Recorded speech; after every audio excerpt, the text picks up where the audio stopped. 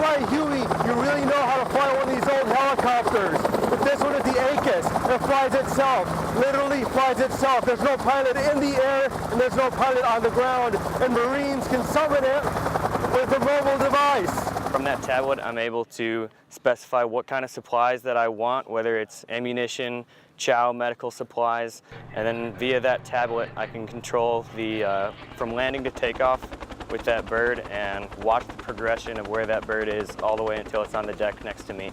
The aircraft is launched, it generates a safe path through the air, it scans the landing zone for a safe spot to land, and then lands on it.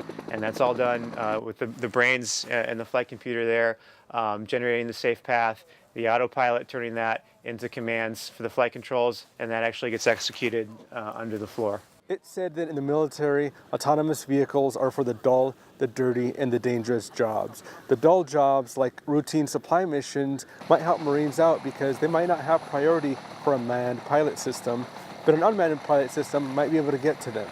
And of course, these will do the dirty and dangerous jobs that some pilots might not feel comfortable with, and that's a real boon to Marines. It gives us a lot more confidence requesting that support, because without a pilot, we don't have to worry about that concern for a manned mission potentially taking contact.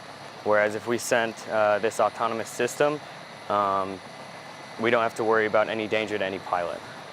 Using an aircraft like this to basically take Marines out of harm's way where they don't need to be, either using this as an unmanned platform to more easily get supplies to Marines so they can keep moving down the field and prosecuting their objectives.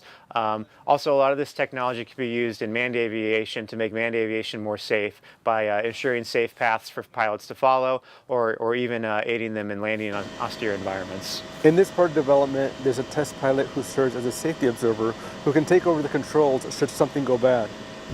And once this technology is actually being used in the field for real, it might not be in the Huey, it can be used in any helicopter that the Marine Corps is using. Daniel Woolfolk, Marine Corps Times.